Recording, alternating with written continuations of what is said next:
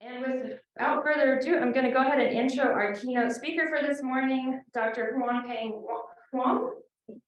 Dr. Huang is an assistant professor in the Department of Geography and Anthropology at Louisiana State University. His research focuses on extreme weather events like extreme precipitation and tropical cyclones, and how they are regulated by climate change and climate variability. He uses weather observations and climate models to understand past extremes or past changes in extreme events and predict their future changes. His most recent work used global climate models to explore the effects of Atlantic Ocean warming on hurricanes. He obtained his PhD in Earth Sciences from Dartmouth College and recently completed his postdoc training at Lawrence Berkeley National Lab. So please, let's welcome our keynote speaker. Good morning, everyone. I'm so excited to see so many of you such an early morning. So I am Huanping Huang. I am a new faculty here at LSU. Today I'm going to talk about understanding changes in climate extremes to inform climate adaptations. It's not a better time to talk about extreme weather because just this early morning, something dramatic happened. What's that? You pay attention to news at all. Hurricane Nicole just made landfall in Florida. It's the second time of the year that hurricanes hit Florida. And on the right-hand side, I'm showing you the hazards from hurricanes. Extreme rainfalls and floodings, storm surge. That's the topics I will focus on today. Since extremes are very broad. Heat waves, everything like that. But today I will heavily focus on two extreme events. One is hurricanes, and then the other is extreme rainfall. Just to start it, I'm gonna spend a minute introducing my research careers.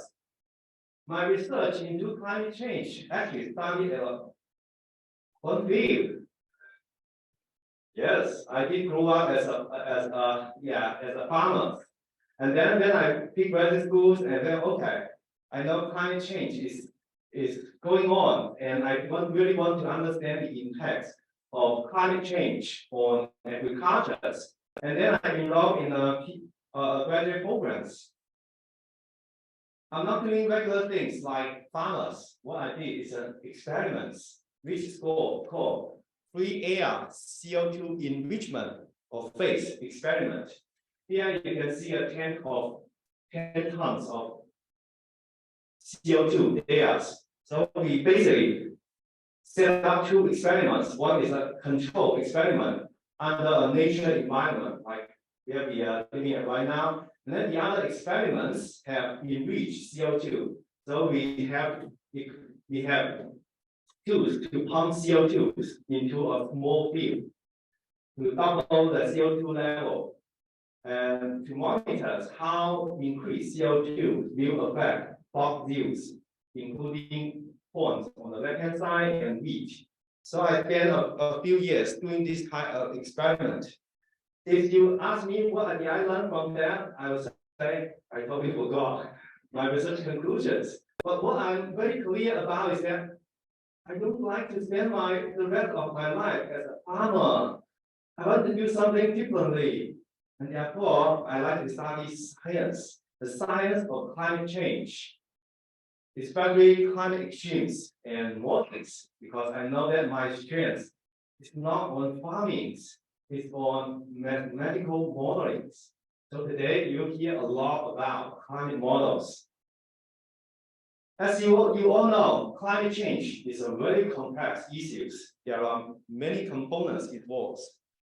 This chart shows us the major components. First, climate change starts with greenhouse gas emissions from burning fossil fuels, and then increase greenhouse gases change our climates, such as temperature, precipitation, and other extreme events. And then this climate change actually have huge impacts on human and nature systems. With these impacts, as human beings, we have to respond in some way. There are two ways we can respond. One is to mitigate climate change. How? We can reduce greenhouse gas emissions so that we can slow down climate change, which is on the left-hand side, mitigations. And then the other response we can do is to adapt to climate change. Of course, we need to acknowledge climate change exists. And then we have to come up with a way to adapt to this new change to reduce its negative impacts on human and nature systems. Because of these complex issues, the International Panel on Climate Change in IPCCs have been formed since have formed around 3 decades now. And every 6-7 years, they publish a report on climate change. Typically, there are 3 reports. One focus on the science of climate change. And the second report is about climate change impacts and adaptations, which is the bottom right box there. And then the last one is on mitigation of climate change, how we human beings can mitigate climate change.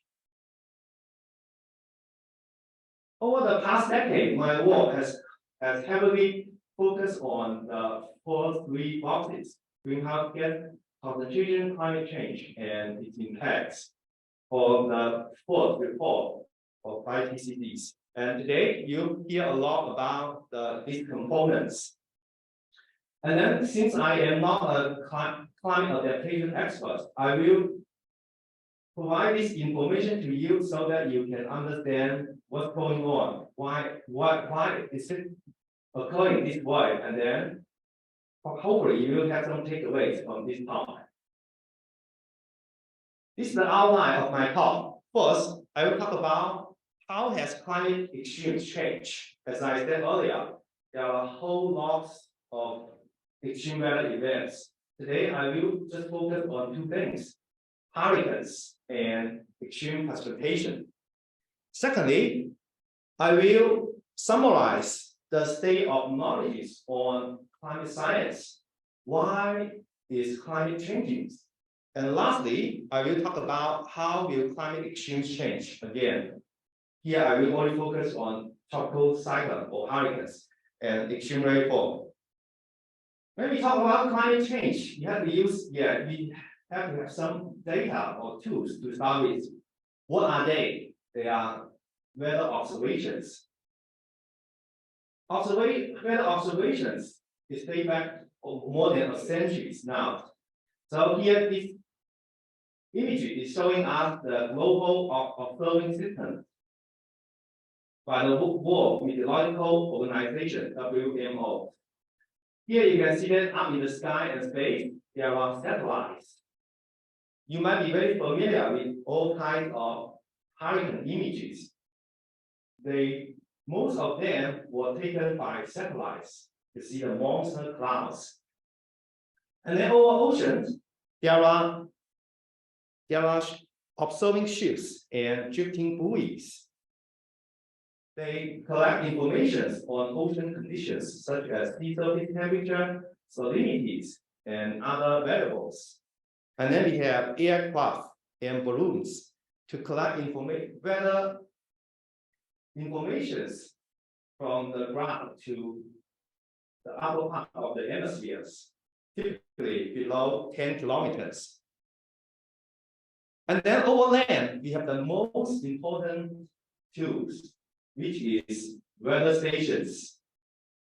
Some of you might have worked with weather stations, but I haven't used any weather stations for over a decade now. So over the past weekend, I finally have a chance to look into a weather station, which is up in my office, which I will share in the next minute. So this spatial map is showing us the distribution of weather stations globally.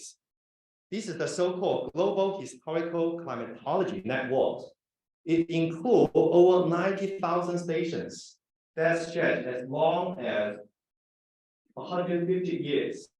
Here you can see very dense weather networks over the US, Europe, and Australia. But over Africa, there are much less dense weather stations.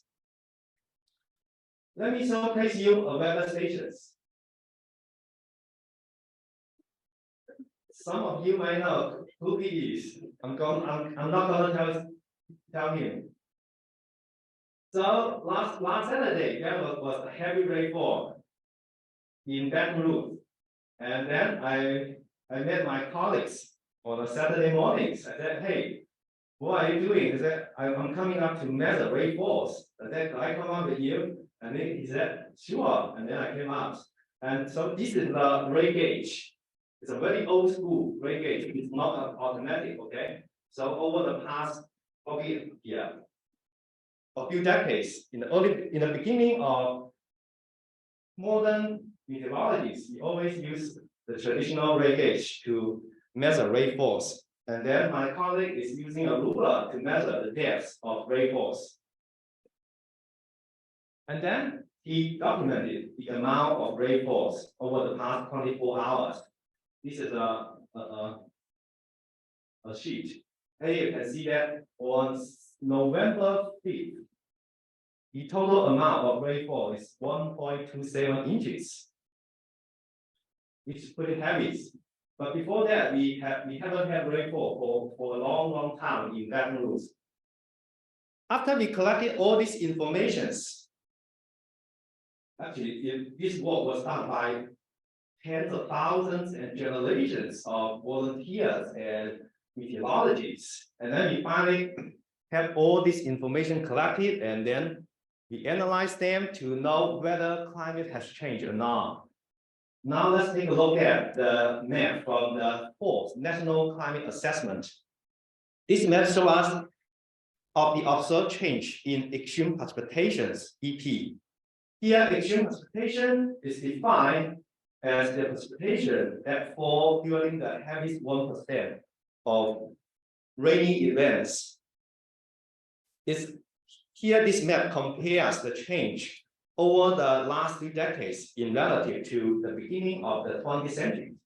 Here you can see that almost every region in the US has seen increased extreme precipitations, with the Midwest having the largest increase, 42%, followed by the Northeast, 38%.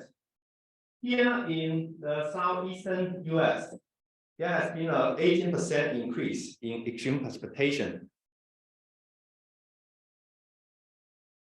So this is the key takeaway 1. Extreme precipitation has increased almost everywhere in the US. Here I'm showing you the number of North Atlantic hurricanes over the past 170 years. Here the height of each part represents the number of North Atlantic hurricanes. The orange bar represents the number of major hurricanes, category 3 and above. And the blue ones represent category 1 to 2 hurricanes. So when you combine the two, then you can know the total number of hurricanes. So over the past 170 years, there has been a significant increase in hurricane frequencies. Here I draw a long-term linear trend. And the number of hurricanes increased from 4.3 events per year in the beginning of the records to 6.8 events per year nowadays. That means a 2.5 events per year increase over the past 170 years. The story is not just about the number of hurricanes, it's also about the intensity of hurricanes. If you pay close attention to the orange bars, which represent major hurricanes, there has been a similar increase in major hurricanes.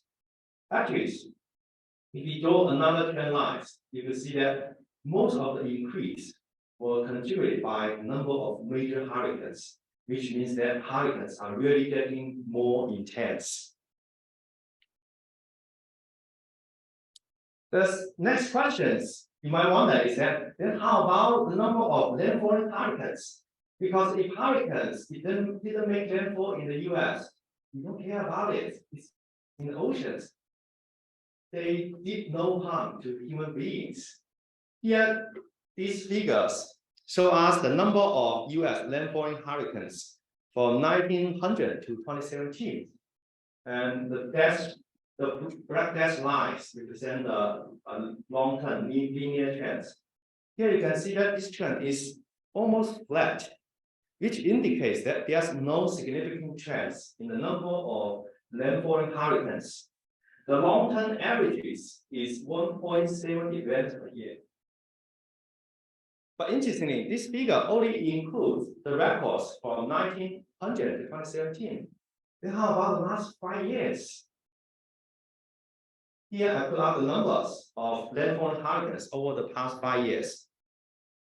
2018-19, 22, 2021 and 2022, including this year, we have 2 landfalling hurricanes.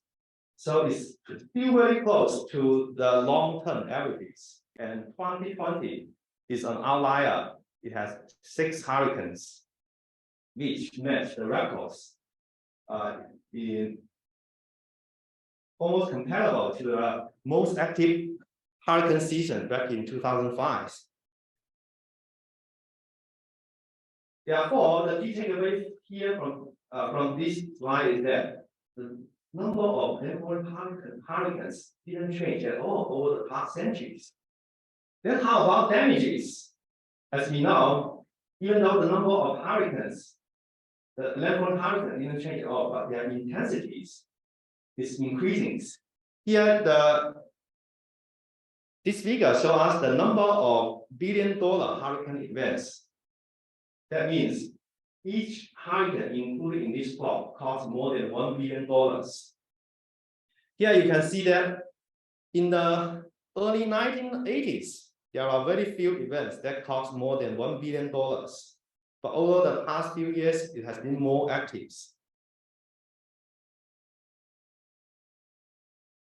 The bottom figures show us the total estimated damages from all hurricanes.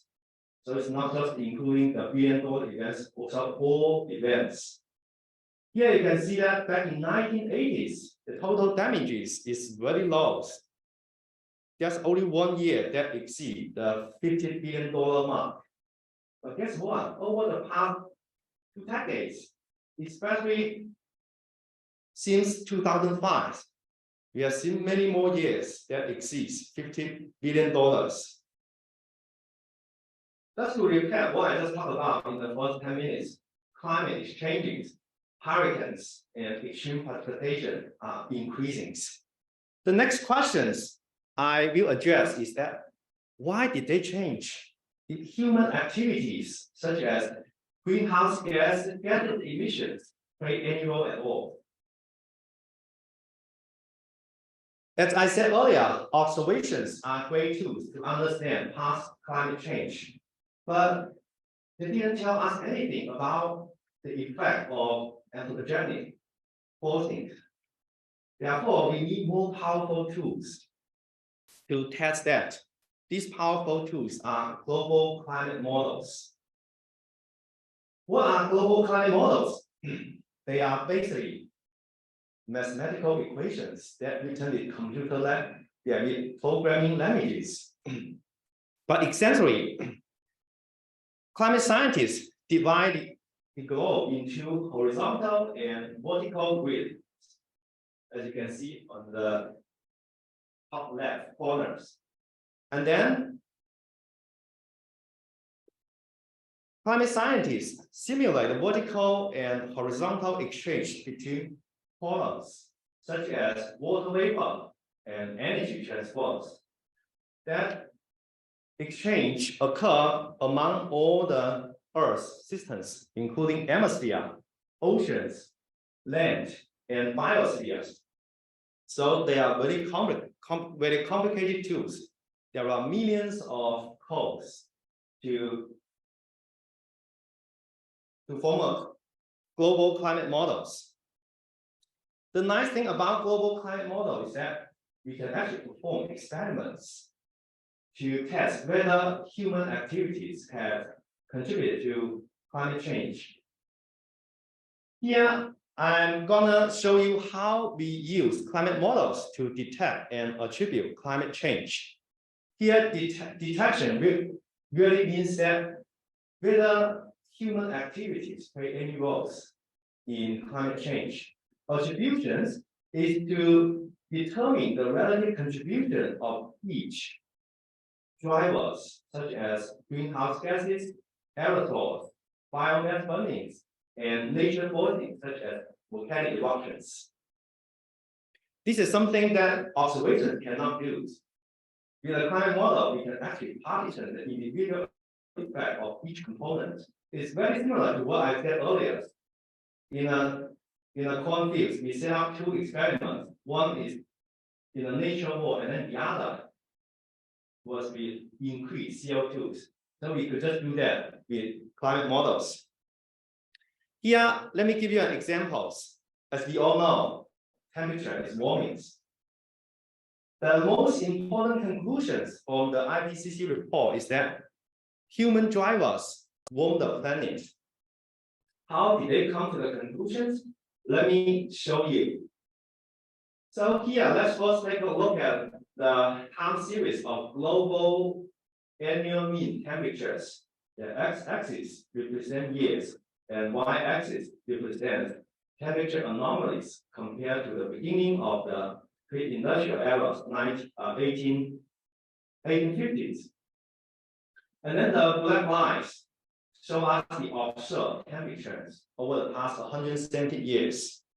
And then first, climate scientists run simulations named factual simulations, which include all forcings, such as human and nature forcings, greenhouse gases, aerosol, volcanic eruptions, and solar radiations, and everything like that.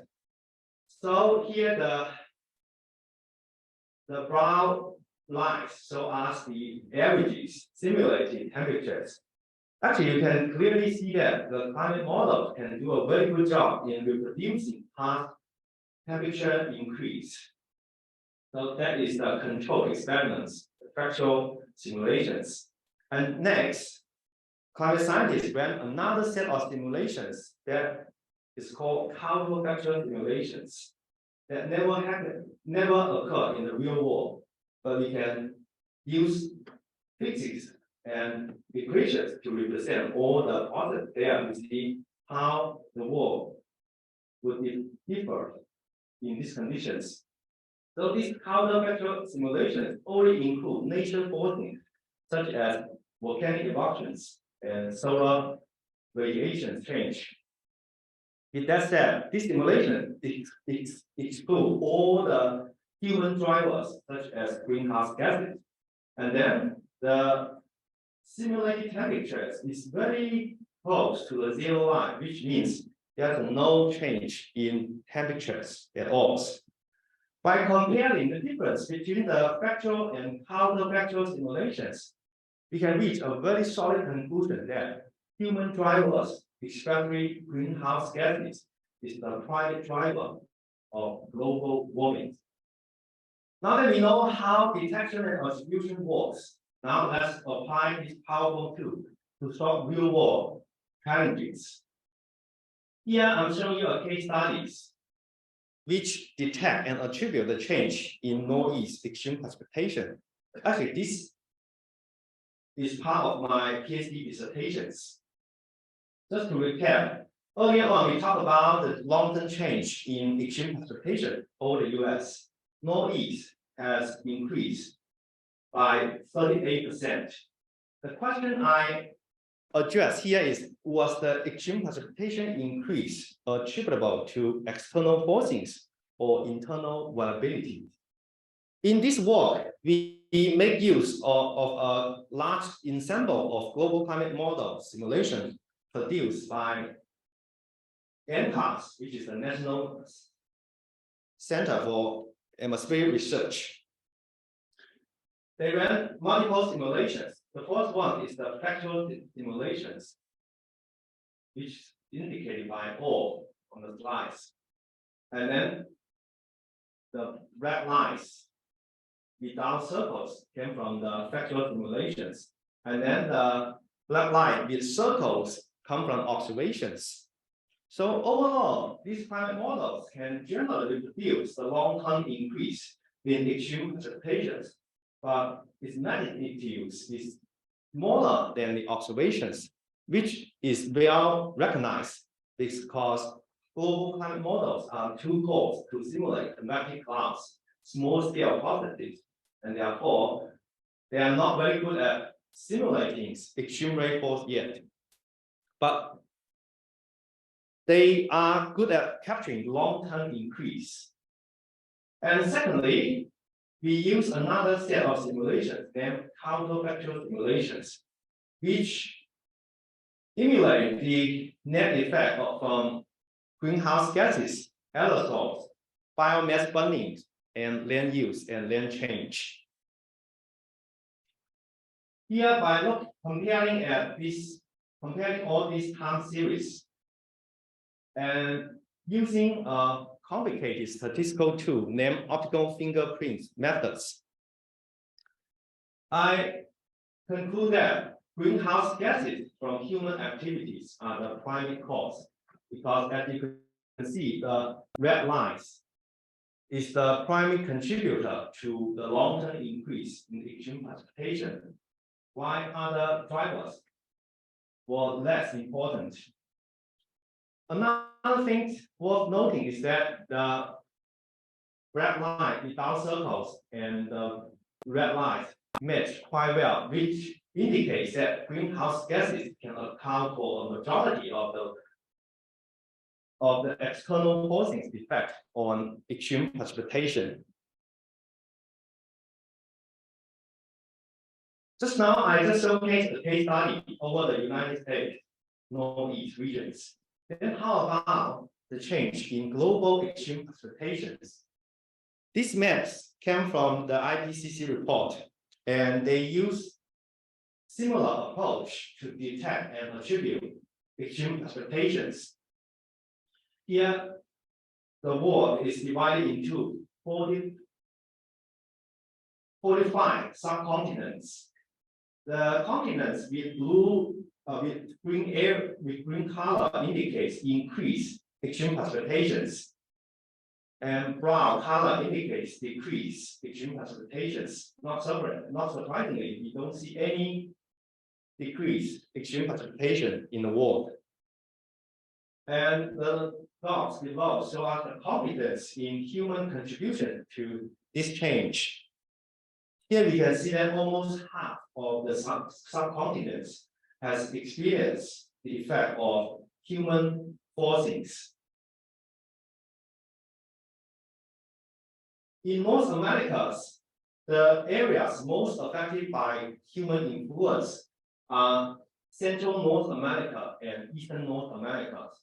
So earlier on, I talked about the US Northeast that is located in the Eastern North America, which is here. ENA, that is the Eastern North Americas. Just now, we talk about the detection and attribution of extreme precipitation change, and conclude that human influence has influenced extreme precipitation change.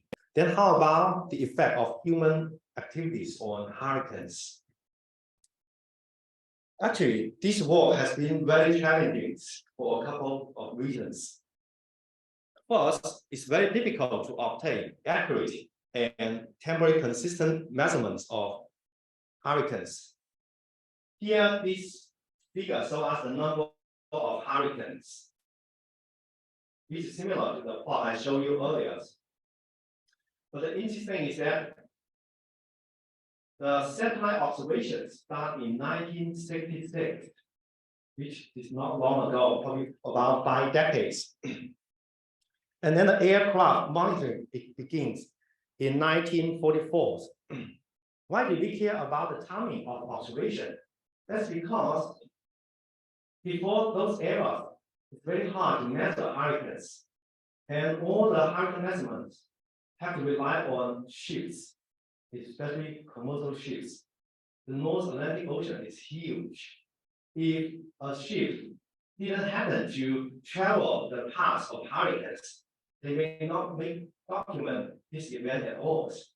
With that said, before the satellite and the aircraft eras, it's very likely that we have missed some hurricane events and didn't document them at all. So the reliable records really started over the past 5 decades with the satellite observations. That is why Making a long-term detection and attribution of hurricane activity has been very challenging. We don't have very long records to work with, such as temperature and precipitation. Their records went back to 150 years. With that said, the earlier part of the records is problematic. We don't have a high confidence on that yet. Another difficulty comes from the large climate vulnerabilities, especially the Atlantic multi-decadal vulnerabilities.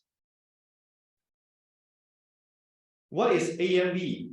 AMV is the descending sea surface temperature averaging over the North Atlantic. Here, this figure shows us the AMV index over the past centuries. The y-axis, the normalized index. Here you can see that there's a 70-year cycles. It shifted from cold in the beginning of the records to warm, and then cold and warm again. So currently, we are experiencing the warm phase of the Atlantic multi-decadal vulnerabilities. Why do we care about AMV? If we compare this plot with the previous one, here you can see that there's also fluctuations, high here, low, high, low, highs. This is matched very well with these records here. What's the impact of AMV? Over the past year, my colleagues and I have been working on a project to understand the impact of the AMV warm phase on hurricanes. Here we ran high-resolution global climate models and set up 2 experiments. One experiment was done with the warm phase AMV, or warmer Atlantic Ocean temperatures. And then the other experiment was done with the negative phase of AMV, which means cooler Atlantic Oceans. And here, this figure is showing us the hurricane frequency around the world. And this color indicates the difference between the AMV positive and AMV negative phase. Here you can see that over the North Atlantic basins, AMV positive or warmer ocean temperatures has dramatically increased the number of hurricanes. Currently, there's an ongoing debate on the cause of AMVs. Some people argue that it's total nature. Some other people say it's anthropogenic force, especially aerosol. Other people, including myself, argue that it's a mix of both. And currently, this debate is not settled yet. We may need to wait a few more decades for us to collect a longer-term sea surface temperature records to conclude whether this is an anthropogenic force or nature patterns. Because nowadays, with the passage of the Clean Air Act, the concentration of anthropogenic aerosols has decreased dramatically. So now that we already eliminate one factors, if the AMV shifted back to the cold phase again in 3-4 decades, then we may know, okay, AMV is probably a nature or internal vulnerabilities. It has nothing to do with human anthropogenic forces. The third difficulties with hurricane detection and attribution is the climate model's limitation in simulating hurricanes. This plot is showing us the simulated and observed 10-meter wind speed. Here, these dots indicate observations, and here is the curve, the feet from the observations. And then the colorful lines represents simulated wind speed from hurricanes. Actually, you can see that not almost, all climate models cannot capture the very extreme hurricanes and their wind speed. Very few models can simulate higher than category 4 hurricanes. Therefore, this makes the detection and attribution extremely difficult if we miss all the major hurricanes. Despite the difficulty with detecting the effect of human influence on hurricane activities, but we have a higher confidence in other hurricane-related variables, such as rainfalls. A few years ago, my colleague conducted 2 simulations for Hurricane Katrina's. The first one I'm showing you on the left-hand side is to show you the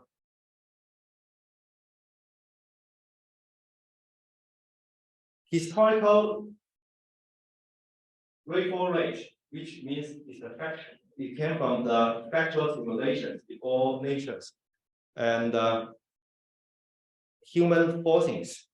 And then the figure on the right shows us the historical minus pre-industrial simulations. So pre-industrial simulation means these are counterfactual simulations with its CO2 concentration much lower than today. By comparing the difference between the 2 sets of simulations, we are able to answer how big human forcings have played on Hurricane Katrina's rainfall.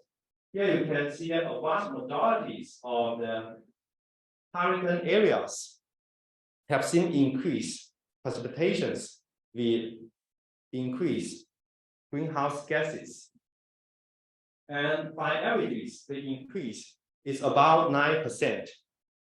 So here, my colleagues really confirm that anthropogenic climate change did play a role in increasing hurricane precipitation. Lastly, I want to talk about the futures. What are our current understandings on future extreme events?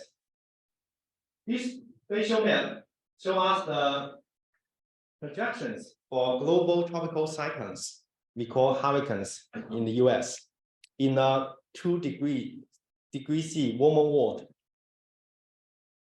And there are lots of plots, but let's focus on the North Atlantic for now. The plot on the left shows us the percentage change in hurricane frequencies and major hurricane frequencies. And its confidence intervals include 0, which means that these changes are not significant. So we have a very low confidence on future change in hurricane frequencies. The right plot here shows us the projected changes in hurricane intensity and precipitation rate. And all climate models agree that future hurricanes will get much stronger and produce much more rainfall. And these projections are consistent with the projections for global tropical cyclones. The projections I just showed are based on very close resolution global climate models, which will run at about 100 kilometer spatial resolutions. Actually, the projections based on high resolution global climate models give us a slightly different stories. Again, the top figures show us the future projections of hurricane frequencies from the coarse resolution simulations. Here you can see that over the North Atlantic, which is there will be very little change in hurricane frequencies. However, if we run the simulations at high resolutions, about 50 kilometers, 50 kilometers is very important because it finally gets simulate some convective storms. And therefore, they can really simulate many more major hurricanes than low resolution simulations. Here you can see that in this area, in the tropical North Atlantic, there will be a significant increase in hurricane frequencies. However, high resolution simulations are very computationally expensive. There hasn't been many simulations done in this scale yet. Therefore, it will be very interesting to see in the next decade or two, when we have more computing powers, if we get down to 25 or even 10 kilometers, to see how different the projections will be as compared to the coarse resolution simulations. Actually, currently I am working with a colleague to perform another set of high resolution climate simulations with 25 kilometers. And we are gonna compare to these results here to see how well our models improve. Lastly, I want to talk about future change in extreme precipitations. Earlier on, I have shown you the past change in extreme precipitation over the US. Climate model projections show that extreme precipitations will increase over the US with higher greenhouse gas emissions, such as the RCP 8.5, which is a greenhouse gas emission scenarios. It represent business as usual emissions. And then RCP 4.5 on the left show us a lower emissions of greenhouse gases. But both scenarios give us a projection that future extreme precipitation will increase. With RCP 8.5 emissions, the northeastern US will get 40% more extreme rainfall.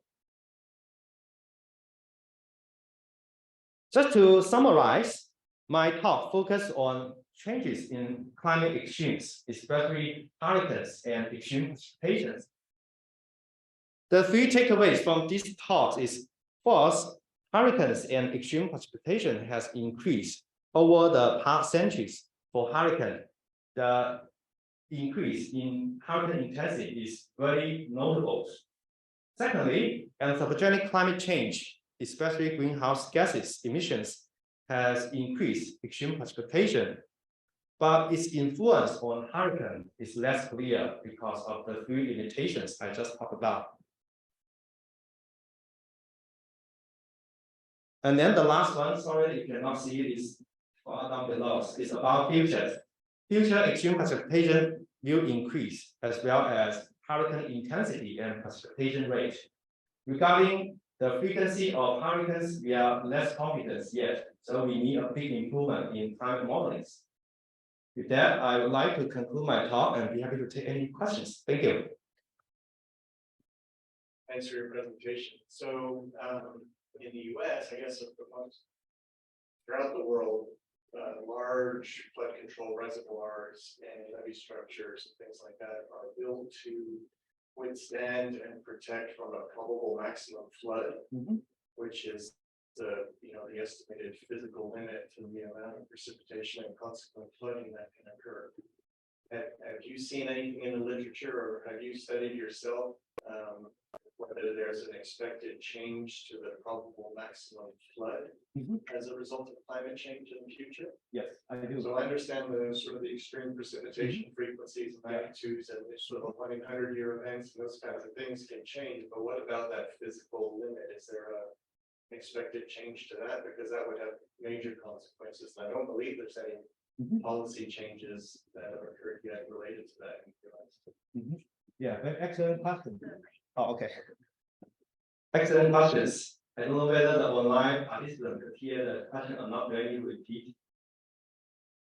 Okay, let me quickly summarize. So the one audience asked a question about future projections on floods and whether there's any physical limits.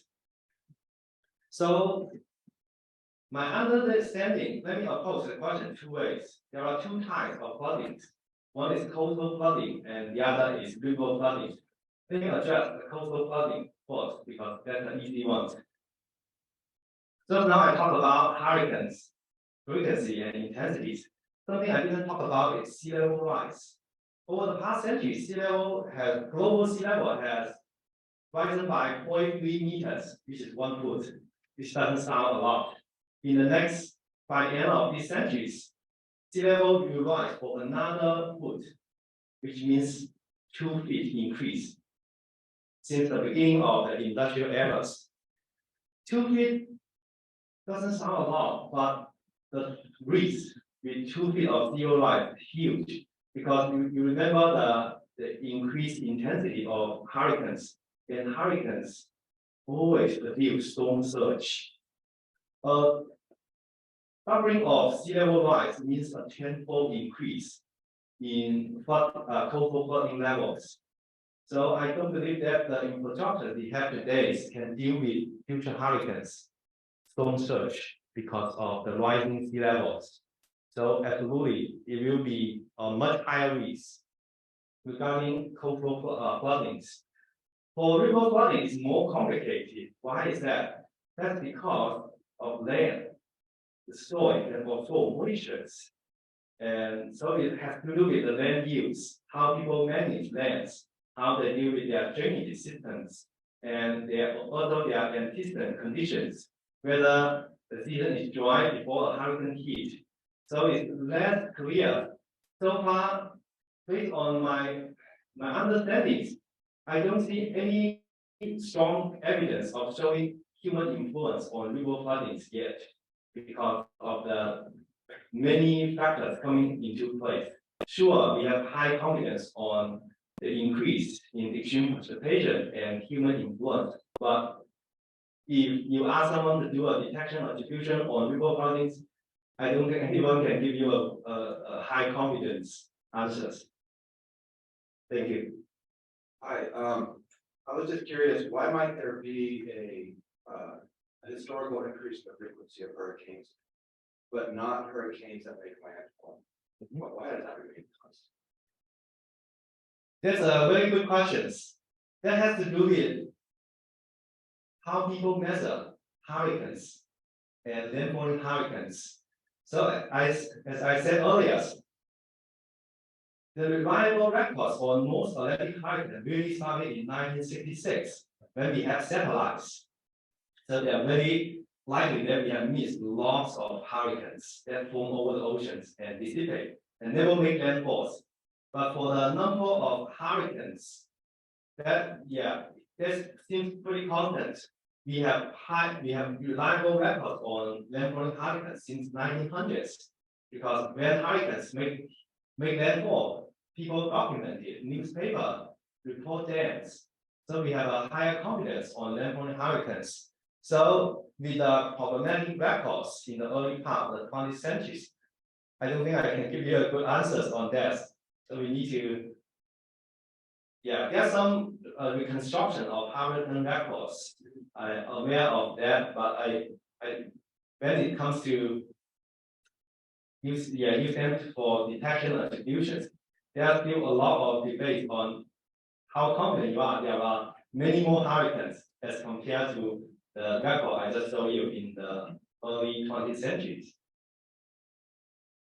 And by the way, I think what controls the number of landfalling hurricanes is a very complicated issue. I know that there's one group working on that issue right now. Previously, it's an understudied issue, but since the huge impact of landfalling hurricanes, more and more researchers are paying attention to landfalling hurricanes, including myself. I have a proposal which will examine landfalling hurricanes, what controls their frequency and intensities. Thank you.